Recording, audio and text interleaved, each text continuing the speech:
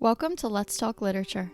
I'm Em, And I'm Will. and we're two book lovers who wanted to combine our passions for reading and gossiping and share it with the world. Whether you're looking for a new book to pick up or a new book friend, you come to the right place. So grab a coffee Or a little wine, and let's talk literature. I just worked up a sweat because my microphone is not working. It's all right. So this Nevertheless, we prevail. is a makeshift mic for now. So if my quality is not as good, I apologize. I plugged in the other mic and it sounded like it was underwater. So I gotta That's get all that right. sorted. I'm hoping it's not the microphone itself and it's just the cable. Yeah, that would be fantastic. Because I had issues before, and I think it was the cable that was the problem, because it sometimes comes loose, but this wasn't even putting out any audio, so we'll see. We'll see. If I look a little damp, I apologize. I'll be working through this sweat fest right now, but Period. That's fine. I'm sweating too. how you doing? What's going on? I'm all right. I'm like ridiculously busy, and today's like the first day that I've not been like running around for like 10 hours straight.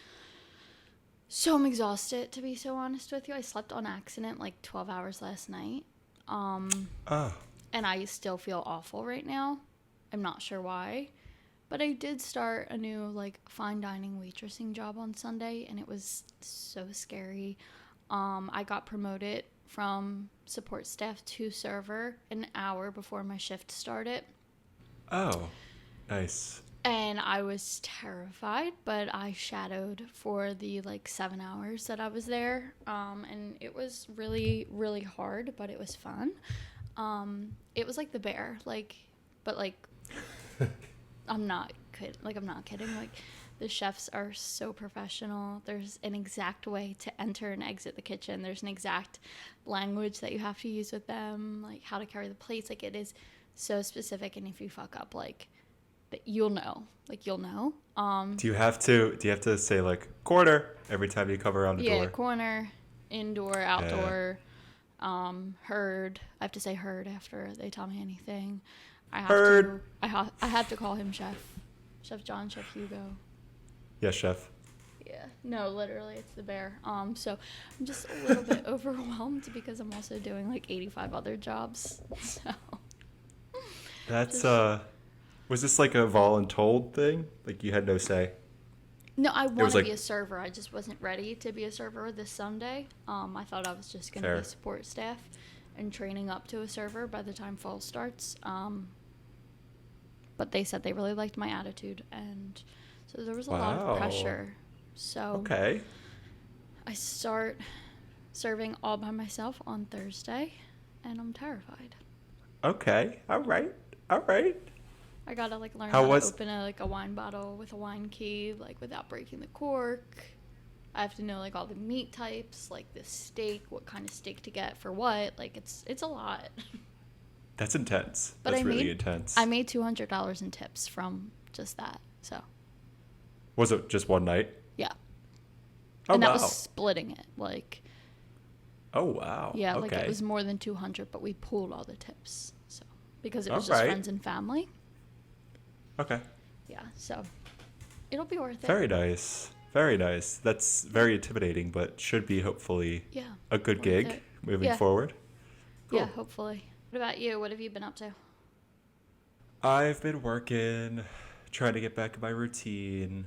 I also just took this past weekend to start moving out of my apartment.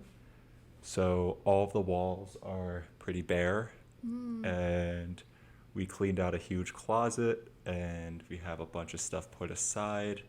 So when it comes to moving day, which is almost 2 weeks away. It's crazy. We'll be ready. So we're just trying to do it like piecewise so we're not overwhelmed at the end of the month. Main focus has been on that. I have been reading more and putting some more emphasis on spending time reading rather than scrolling. Very nice. I was in a very bad rut with just scrolling. It's relatable. It's gotten a little better. It's gotten a little better. So definitely on the up and up with that. If I sound stuffed up, it's because I just went on a run, and it happens every time I exercise. So just let it pass. That's Let okay, it no pass. judgment. I've been trying to frame my mindset to be less negative, and to just. I'm always looking for. We talked about this, I think, last episode. Yeah. That we're always looking for the next thing, or always Yeah. trying to push Like for the next thing. seasons. Yes, that's what it was. And I'm just trying to reassess my situation and just find the positives in each. So I'm really trying to turn a leaf here. I'm like so on the opposite end of the spectrum right now, and I'm not even gonna hide it. Like I am so like I need summer to be over right now. Like I can't find It's the so positive valid. right now. I'm so tired. Well, let's tear this into a positive note. We both finished the book club book, and we're here to talk about it. Yes, we are. Just barely. I just finished this like what, an hour ago? It's Literally all an hour good. ago. I listened It's to all like good. 6 hours of it today while I worked. But I did It is it. all good. You did it. You did did it. it. We're here. I did it. We're here. It's going to be a good discussion today. So make sure you Yes. guys get yourself a little drinky. I got my Cosmo mocktail as always. Em's got a little bit of caffeine over there. So make sure you guys have a nice little fun drink. Sit back, relax. We're just going to break down My Friends by Fredrik Backman. It's going to be a good episode. Gorgeous. Let's jump right into it because we got a lot to talk about. Lots to talk about. So this week we are talking about our July. I can't believe it's already July, but we are I talking know. about our July book club, which was My Friends by Fredrik Backman. This is an author that me and Will both, I guess, hold very dearly because of Anxious People. Yeah. I also read a short story by him, Every Day the Walk Home Gets Longer, or something like that. I forget actually what it's called, but that was fantastic. I sobbed my little eyeballs out. And Will read A Man Called Ove. Is that how you pronounce it? Uwe. Uwe. Uwe. And what did you think of that one? I thought it was okay. Okay. It wasn't my favorite. I was expecting it to hit me emotionally more than it did, but still a good story. Just wasn't really for me. Not like that. the best. Wasn't your favorite. Exactly. Okay. Exactly. All right. So I guess we are both going into this one. One, it's a new release. Two, it's gotten great reviews so far. And we had Yes. a lot of expectations around it. Just because of how much we both loved Anxious People. It was a really good book. And we read that with our friends book club. Yes. So I think we both were very eager to see how this one would hold up. Yeah, and I we'll also get into did. it. I did just read Beartown as well, Yeah. Oh, which yeah. was Duh. the book right before I read this one. So I was scared doing a back-to-back I Bachman totally read. forgot that. But honestly, it was like just kind of coasting into just another story. Like, you didn't have to adapt to his writing style. It was already kind of similar. You already felt Yeah. the feel for his quirks and everything. So I actually kind of liked it. I like because that. I was already in that mindset of his writing, which I like that. to many can be very interesting because he is a lot about throwing characters in your face, making you follow them all over the place, and then everything comes together at the end. Yeah. So there's a lot of chaos in the beginning, and It then is. it funnels into like his point, which is funny because I did a little background on him, and it's really funny that his way he writes stories is very much like chaos. He's like, I had this grand idea. I have all these characters. I just write. And then he like puts them through. He puts the draft like to obviously like first readers, and they're all like, "Oh, this is interesting." Like they're like not vibing with it at all. He says that every book is just a long, chaotic process of him sitting in a room arguing with himself as his characters. I love that. Which is an interesting way to think about it. But we'll get into that once we get into his background and inspiration for this book. I feel like we should jump into the premise of the story first. Absolutely. This is My Friends by Fredrik Backman. It is a literary fiction, and it is 448 pages long. Most people don't even notice them. These tiny figures sitting at the end of a long pier in the corner of one of the most famous paintings in the world. Most people think it's just a depiction of the sea, but Louisa, an aspiring artist herself, knows otherwise, and she is determined to find out the story of these three enigmatic figures. 25 years earlier, in a distant seaside town, a group of teenagers find refuge from their bruising home lives by spending long summer days on an abandoned pier, telling silly jokes, sharing secrets, and committing small acts of rebellion.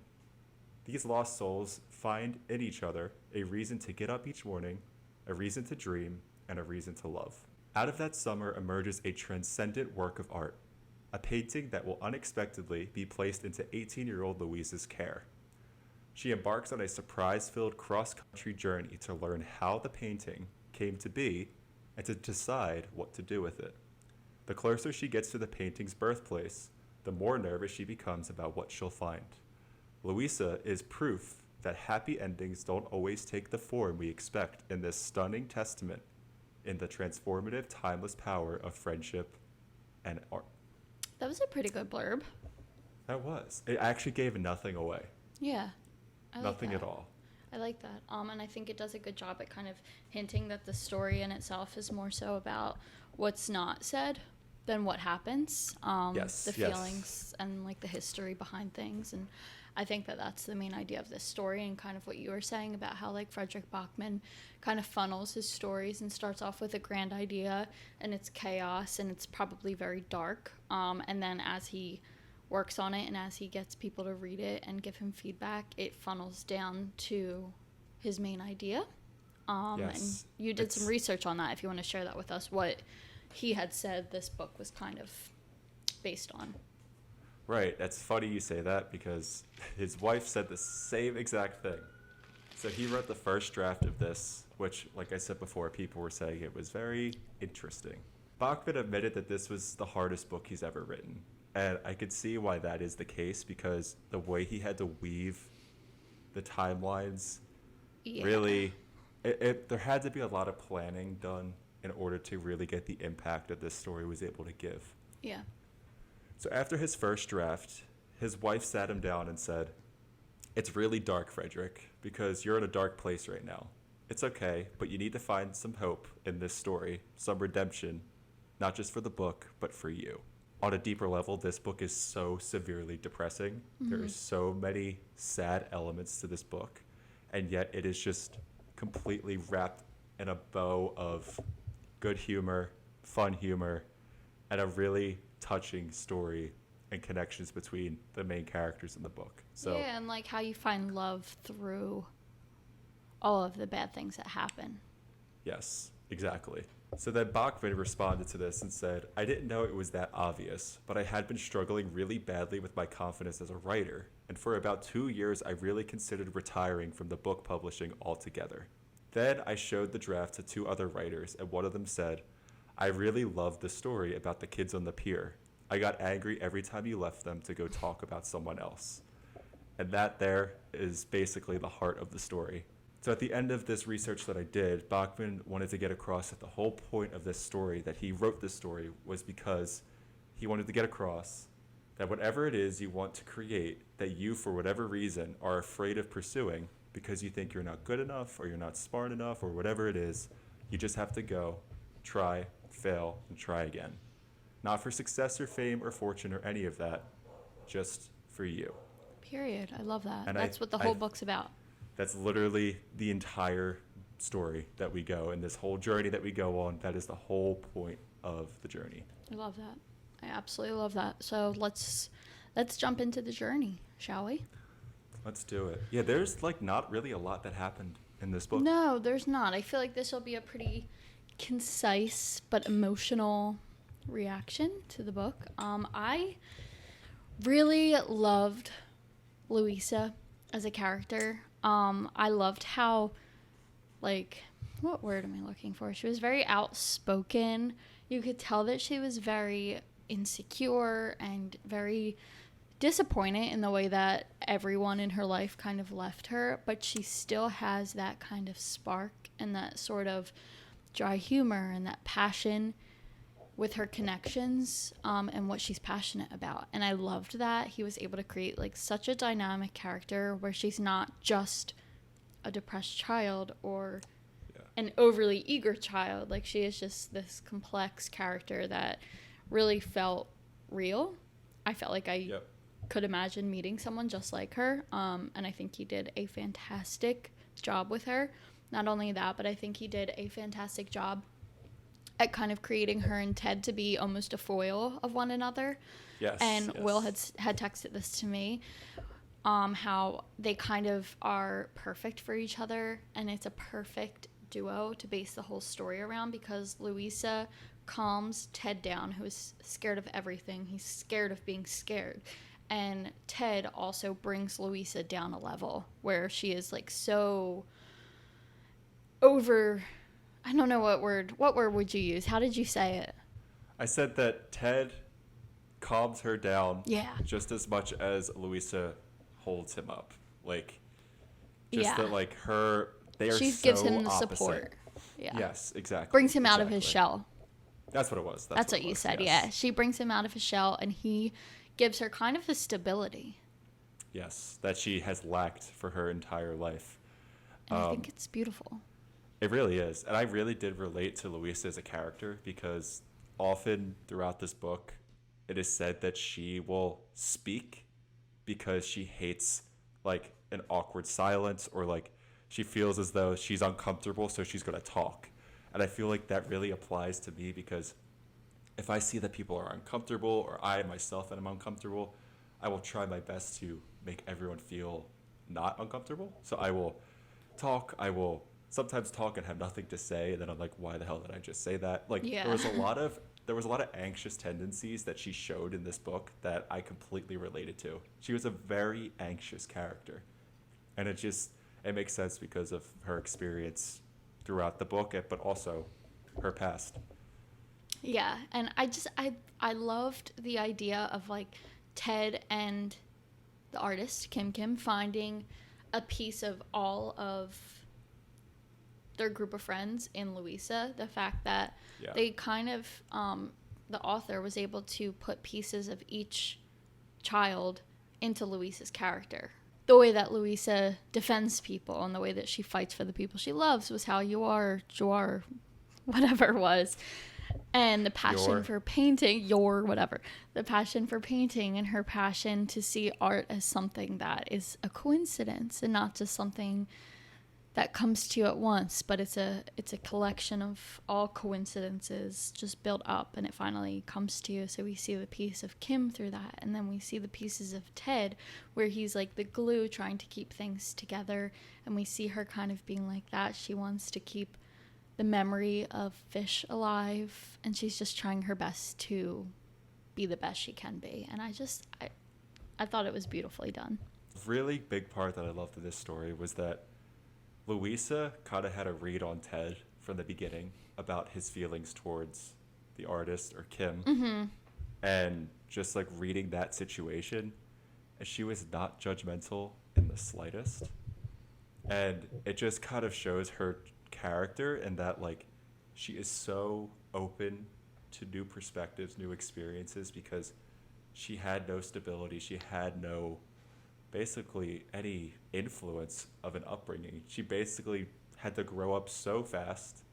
And I just think that it's so nice to see that, like, in all of that those trying times for her, that she still just always finds the good in people immediately. Like, it has to be like even when she ran into the artist right in front of the museum, and she could have been like, oh my God, homeless man, like, he's trying to kill me, or, like, you know.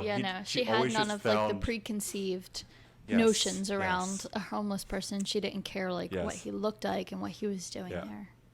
Yeah, exactly. And she had no feelings towards Ted, who, it doesn't really explicitly say it, but he's a gay man. Like, she had no prejudice. She had no discriminatory thoughts at all. She was just good. She was just decent. She was good. And that kind of brings us into, like, the theme of, like, found family kind of mixed with trauma and healing, because I think that is truly, like, the main idea of this story, and the way that people notice the hurt and the love and the little tendencies in others.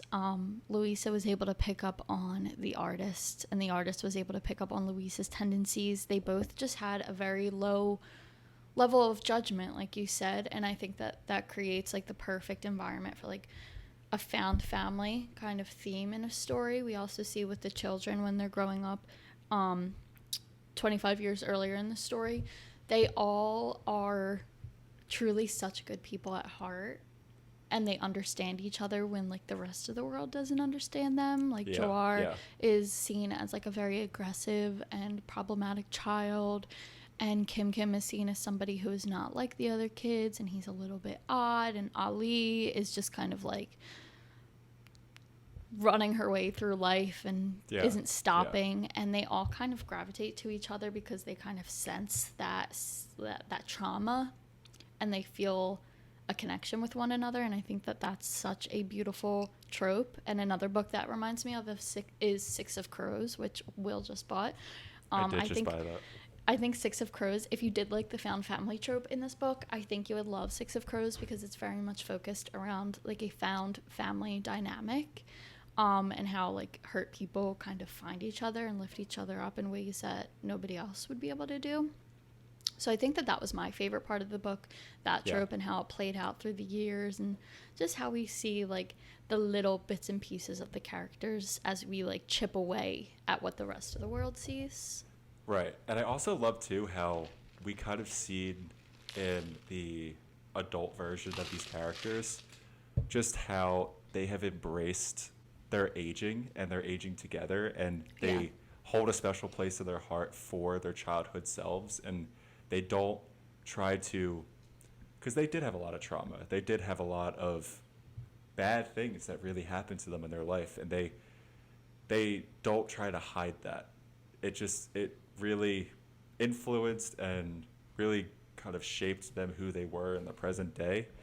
And I really thought that was amazing, that like you shouldn't hide from your past, that you should really just take it as something that was you before, and if you didn't go through that, or if you didn't have those experiences before, then you wouldn't be who you are today. Yeah. So I just thought it was very real. I thought it tackled very depressing, very traumatic things in a very, this is my favorite term, but a very digestible way. Like, it was just very well done.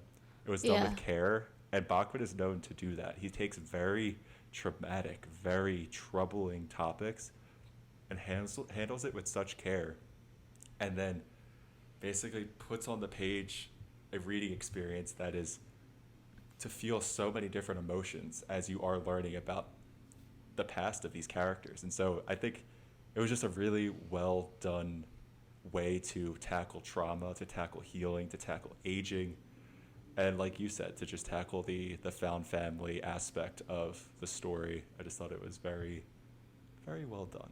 I couldn't agree more. Amazing. I truly couldn't agree more. I would love it if we could jump into some like quotes that we highlighted, because I feel like that's a great way to touch on like the way Backman was able to present all of these themes. And this book is so quotable. I have like 80 highlighted sections, and I had to limit it down to like the ones that I felt really were impactful. But this is truly, if you annotate, like if you have a physical copy, you could annotate this book, all the margins would be filled. Like I promise. 100%. Very highlightable book. I have a couple quotes that are like very deep, and then there's some that made me laugh out loud. Mm-hmm. There was one, I don't have it written down, but it was towards the beginning of the book where it was like, you know you're aging when you're using body wash on your head and shampoo for your ass. I was like, that. It was so I like sat funny. and thought about that one for a little. I was like, wow, that is good. It's so good. Clever. It was so clever. It is so clever. I see that me and Will both have one. I'm sure we have a couple both highlighted, but one that we both wrote down is one we wanted to talk about, was one that was very early in the book. It's on page 16, and it says, grown men don't have enough things they're afraid of on this planet to become good at running. When I read that, I was like, oh my God. Wow. Like, so obvious. Like, it just punched me. It's true. Like, as someone who's getting into running too. Like, it's having a privilege to run away. Yeah. It's a privilege for sure. Yeah, it reminded me of like, do you see those TikTok trends? And it's like seeing if I could get away from my boyfriend if he was like a cop, like if he was like chasing me. No.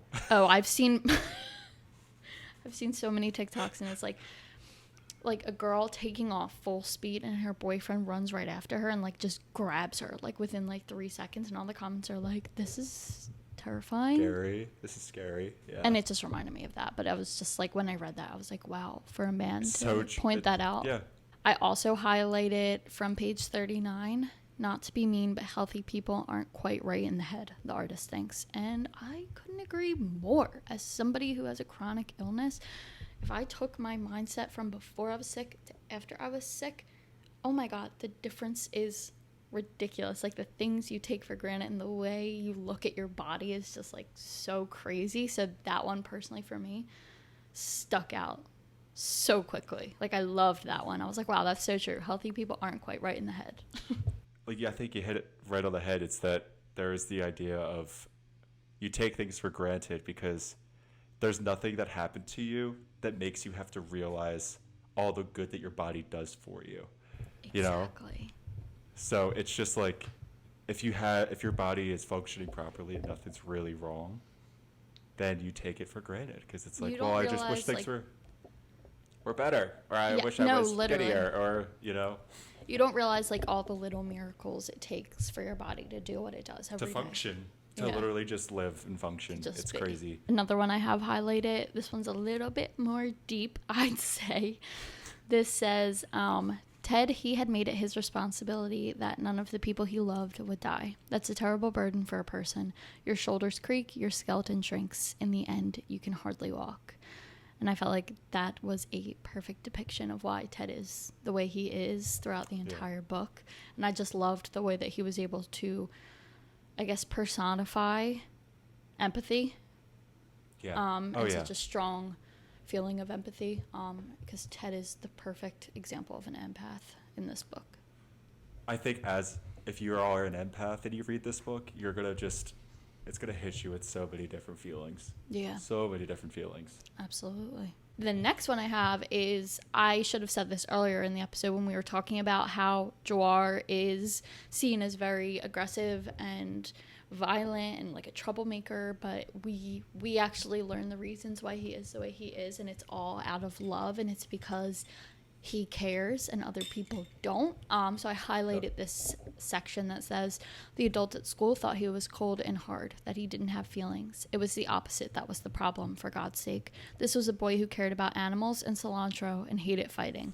He only fought for those he loved. So the artist lived in constant fear that one day Jawar would love someone so much that he would end up in prison. And that was just... Oh, I just got chills from that. And that brings me back to the entire cilantro scene of just how, when they were talking, it was about the cilantro scene, and there was something else where they were talking, and it was just like, I don't hate the fact that cilantro tastes like soap to me. I think it's just unfair that it is for other people. Exactly. I was like, oh my God. Like, he's also such an empath, shown in a completely different way than Ted is. Like, Ted internalizes everything, whereas Jawar expresses everything, if that makes any sense. It does. So 100%. I feel like all empaths are going to kind of relate to all the characters because they're all shown in different perspectives, and it just reminds me how good of an author Fredrik Backman is. I know. How does he do this? He's so good. Like, the whole time I was reading this, I was comparing it to Beartown, and he is just consistent with the quality of work that he puts out. Because if you've read Beartown, you know what that book tackles. And it is just so unbelievably, it's incredible. Wow. I wish I could write like him, because just, like, I just got chills talking about cilantro. I know, like, how is that possible? It's so good. He has solidified himself as, like, one of my favorite authors. He's truly incredible. He's truly incredible. Auto-buy for sure. He's just great. Another quote about Jawar, and then we'll move on to some other topics.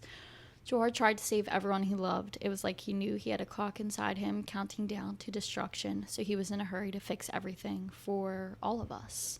And I think wow. He kept this is a spoiler, so don't he kept hinting that Jawar was dead. The entire And then book. you find out he's not. I was like, He's not. And it's Allie that's actually dead. I'm like, oh, okay. You just 1-2'd us right there. But like he did like end up not being able to save them, and he did end up like it reminded me of an Anxious People, spoiler for Anxious People if you've never read it, but I was like kind of starting to like be like, okay, what's the twist? What's going to happen here? Because in Anxious People, spoiler, the bank robber is a woman, and you don't realize that until like almost the end of the book. So I was like, okay, what are we missing here? Like, there's something, maybe like, I was thinking like maybe the artist is a woman, and like we didn't know. And I was like, no, they said he, like I know they did. And then I was like, okay, what about Jawar? Like, I was just like picking at everything, trying to figure out like what it was that he was hiding from us. And it was the fact that they never said he died. We just assumed he died. Yep. It was the because assumption he's just good at time. misleading us. He really is. And I he's also just so good at it. What I love about Jawar's character as well is that he always made sure he made it known that he wanted the best for everyone else. Yeah. That he was like, when was it Louisa at the end talking to him, and he was like, yeah, you could do that, just make sure it's not here. Like, I don't want you to be stuck in this town. Like, Jawar like, is he's 100% okay with him having to go through it, but he doesn't want anyone else to go through what he had to. Exactly. And I was like, God damn, like that's just. He needs a hug.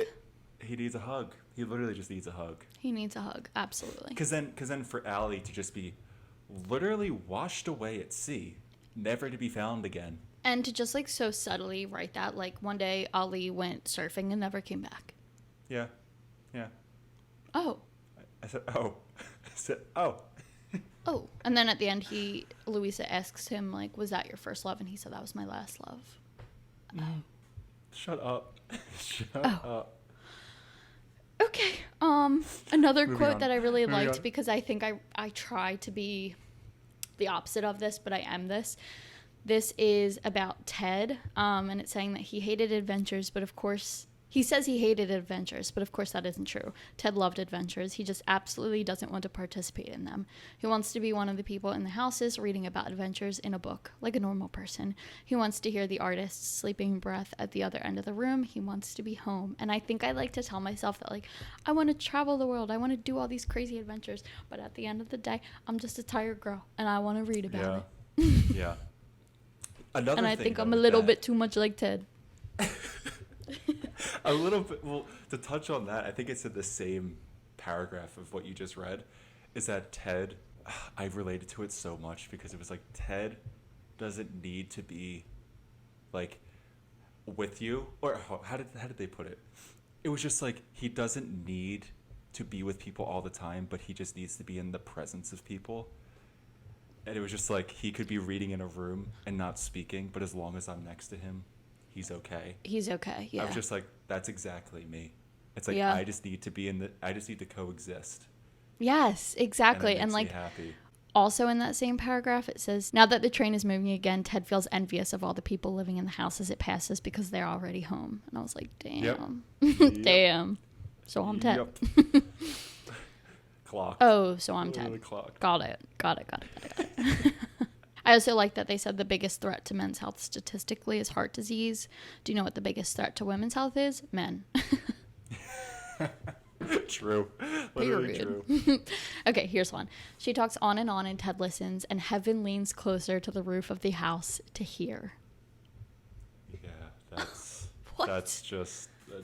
Who writes that? Who writes that? That's unreal. That's unreal. Absolutely unreal. There's another quote that I'm about to say that someone in our book club on Fable also pointed out. And once I was going to go in there, put the quote in the chat room, and I saw it was already there. I said, oh my God, say wavelength. They were like two colors. Once they were mixed together, there was no way of separating them. Oh, I love that. I was like, what a way to such a cool analogy. Exactly. Like, the coolest way to say that two people are just meant for each other is You can't Perfect. pull them apart. They're already meshed. Literally perfect. So then I also have, this is kind of morbid, sorry. That's the worst thing about death, that it happens over and over again. And this was just talking about grief and how it could be 5 years later after someone had died and something reminds you of them, and it's like they died all over again because you just relive that. And it spoke to me. So I liked wrote that it down. that quote. I also liked somebody says, oh, at the end, Louise is talking to Christian, the janitor's mom, and she says, like, does it get easier? And she was like, no, it doesn't. No, it doesn't. It doesn't get easier, but you have to keep going. And I was like, I really like that message. Yeah, because, not to quote Marvel, but from WandaVision, the show, I will always remember the quote, what is grief if not love persevering? Love and that. it is just the truest thing ever, because it's never, is. why would it ever get easier? It's just, you just learn how to bear it. Yeah, because you still feel it because the love doesn't go away. Exactly. And I think, and another thing is Andrew Garfield on Sesame Street, where he also talks about grief with Elmo, I think it was. And he's That's just a good like, one. that grief is just all of the unexpressed love that you wish you could have given to that person if they were still around. Yeah. It's just, it's, when you think about it, grief is a beautiful thing. It is. But it's also just a heartbreaking It's thing. horrible, at the same but time. it's beautiful. Another one I have here, this is very existential, and I've been feeling very existential lately. Isn't it like totally unbelievable that we even exist? So it won't be a tragedy when we don't exist anymore. It's just cool, really cool, that we happened at all. I like that I was perspective. like, what a way to just think about life in general. It's just like the odds of you being born and being here. We're crazy. It's crazy. I don't Yeah. know.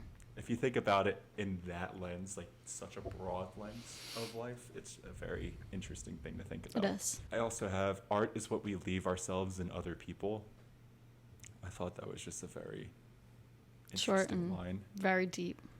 If you feel strange, like you don't belong anywhere, that's because you still have your wings. They're rubbing beneath your skin.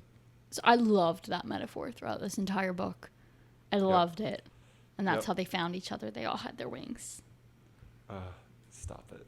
It's Stop beautiful. It's absolutely beautiful. Speaking of beautiful, we have some beautiful reviews from you lovely readers that are a part of our book club over on Fable, and we want to share some of your thoughts. I'm not going to read any names just in case somebody doesn't want it shared, but it is public in the group. So feel free to go through the reviews at the very bottom of the group, and you can read these all as well. So the first one we have is a 3.5 out of 5-star rating, and I will read this to you. This book hooked me instantly. The opening was gripping, and at times it gave me genuine goosebumps.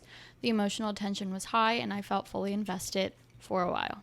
But as the story went on, it felt like the author kept dangling high-stakes moments, teasing major character deaths or emotional blows, only to pull back repeatedly. Instead of delivering impact, it started to feel like an emotional baiting.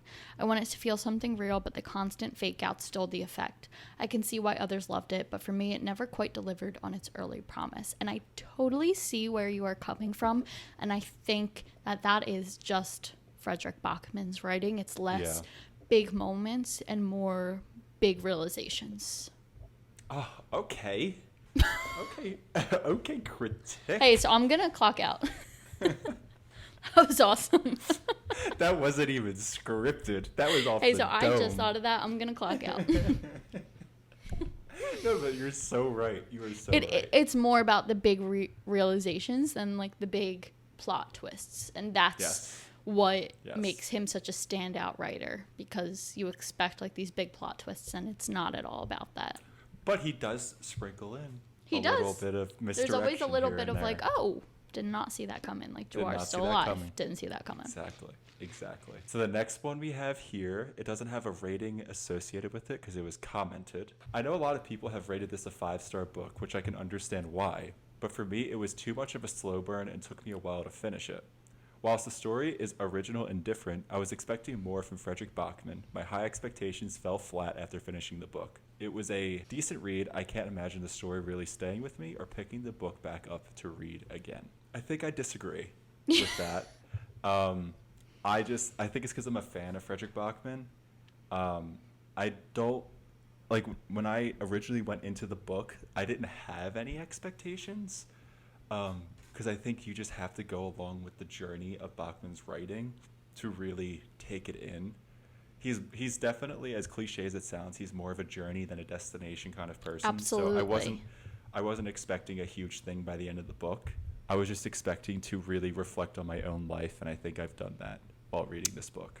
Exactly. I couldn't have said that better myself. I think that Fredrik Backman is definitely someone to read if you're looking for more of like self introspection and finding yourself in characters rather than like a crazy plot, if that makes sense.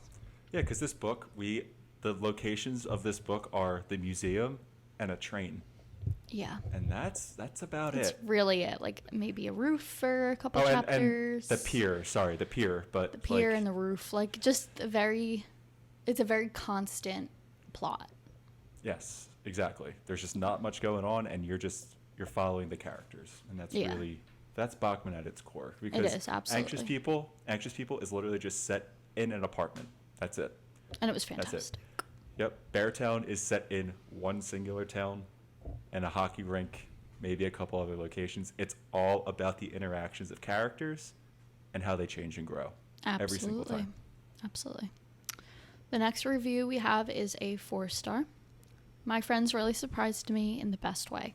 Fredrik Backman has this amazing talent for making everyday people and small moments feel huge and meaningful. She read our mind.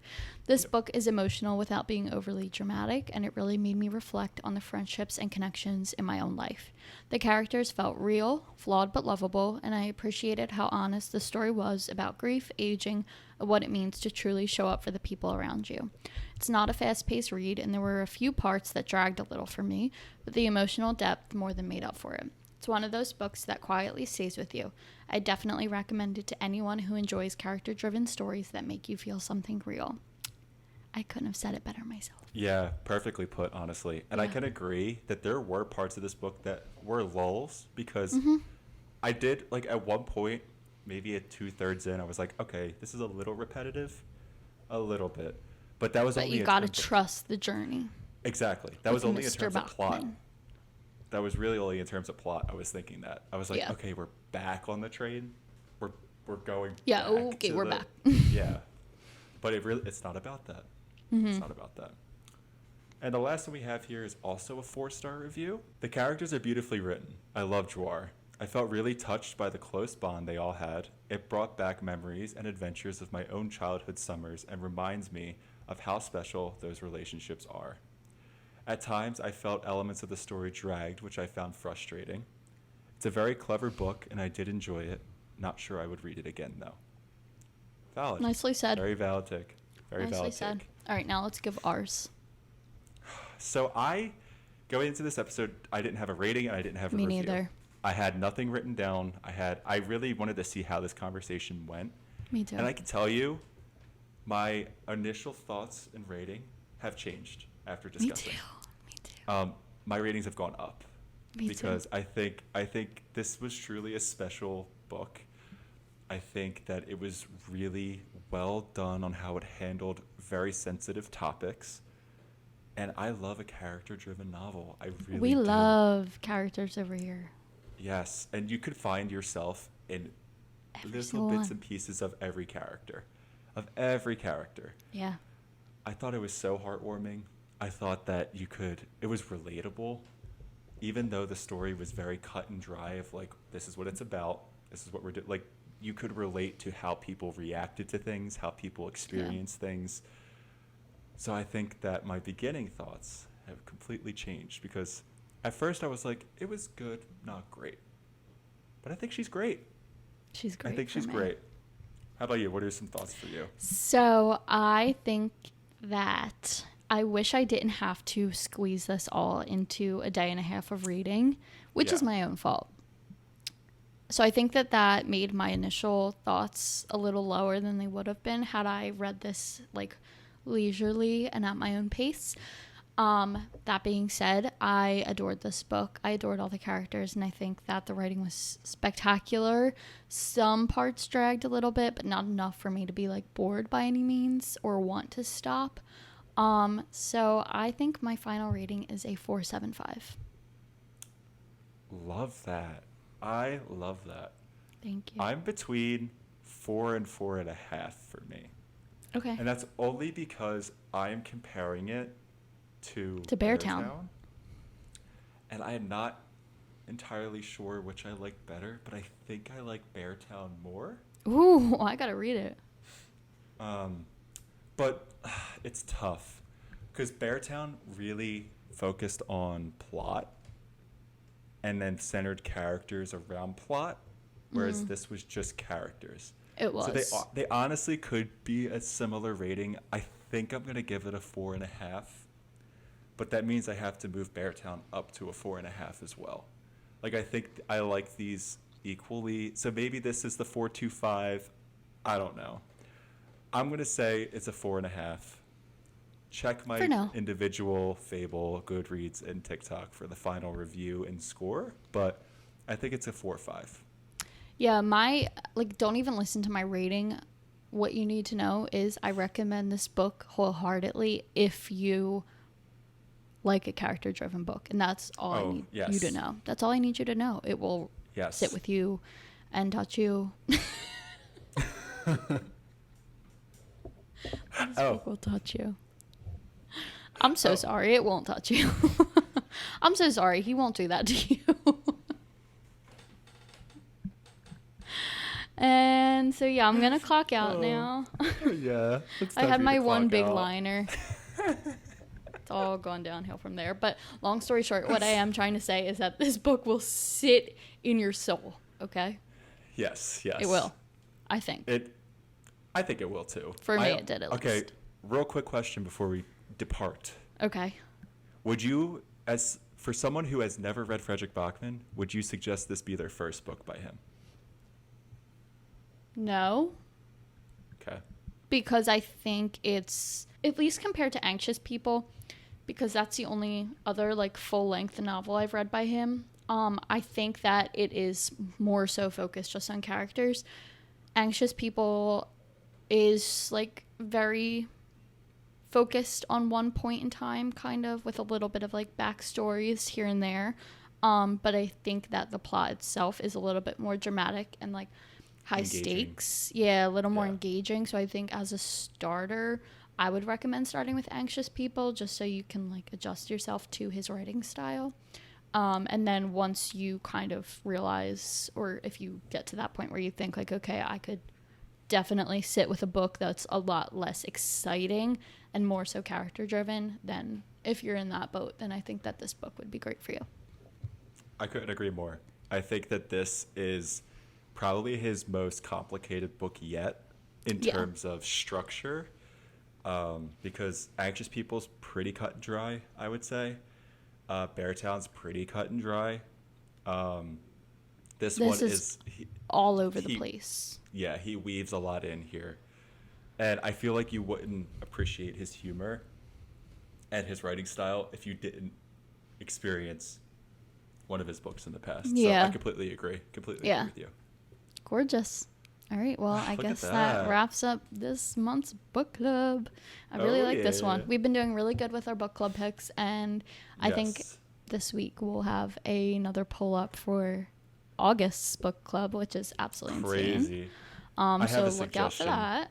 You do? I have a suggestion. Do you want to share it on here or no, in private? I don't know if I should. Just say it on here, and then you can edit it out if we don't want to. Okay. I forget the name of it, though.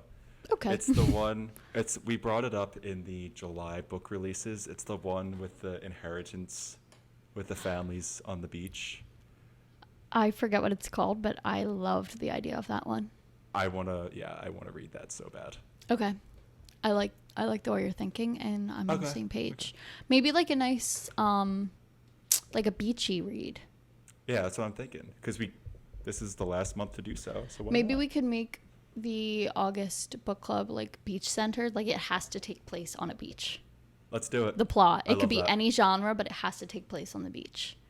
Love that. We'll find different genres. Okay, cool. I like that. There's also a new thriller that just came out that I talked about last episode that takes place on the beach. Yes. I forget what it is. So, okay, we'll chat. We'll chat. We'll chat. We'll chat. All right, that wraps up today's episode. Thank you all for spending your Friday with us. And if you enjoyed this episode, be sure to leave us a 5-star review because it really helps us get noticed by other listeners and it will help us grow. Yes, grow and flourish. You know us. That's all we are looking for. Mm-hmm. And be sure to give us a follow on our TikTok and Instagram. And make sure you're subscribed on YouTube because that would be awesome. Duh. And be sure to also follow us on our personal accounts. We are pushing out a lot more content on all of those platforms. So please give us a follow, keep up to date with us. And also, I want to hear your thoughts, and I think Em does too, about what you thought of, of what you thought of My Friends by Fredrik Backman. So let us know in the comments below your thoughts, and we'll do a little bit of interacting down there. I'd love to know which character you guys enjoyed the most. So if you listened this far, please leave in the comments which character either you liked the best or you resonated with the most, whatever you feel like sharing. All right, so that wraps up today's episode. Thank you again for joining us, and we will see you next week for another episode of Let's Talk Literature. Bye. Bye.